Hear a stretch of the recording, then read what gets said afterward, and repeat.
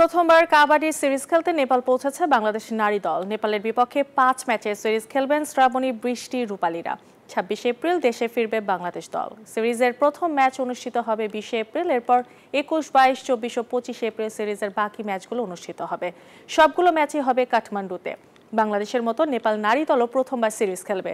বাংলাদেশ দলের লক্ষ্য ভারতের অনুষ্ঠেয় আসন্ন নারী বিশ্বকাপ কাবাডি। আগামী 1 থেকে 8 জুন ভারতের বিহার রাজ্যের রাজগীর শহরে নারী বিশ্বকাপ কাবাডি অনুষ্ঠিত হবে। ইরানে এশিয়ান নারী কাবাডি চ্যাম্পিয়নশিপে ব্রোঞ্জ জয়ের পরপরই বিশ্বকাপের প্রস্তুতি শুরু করে বাংলাদেশ জাতীয় নারী কাবাডি দল। 5টি ম্যাচ খেলা হবে। ম্যাচগুলো আমাদের আপকামিং ওয়ার্ল্ড কাপের জন্য অনেক কাজে লাগবে।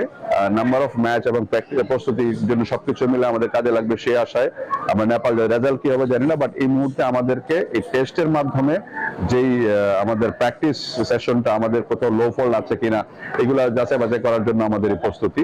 মোটামুটি যে প্রস্তুতিটা নিয়েছি সেটা হচ্ছে বিশ্বকাপের জন্য। আর এই টেস্ট সিরিজ যেহেতু মহিলাদের প্রথম টেস্ট সিরিজ, সেহেতু আমরা যতটুকু প্র্যাকটিস করছি আমরা চেষ্টা করব টেস্ট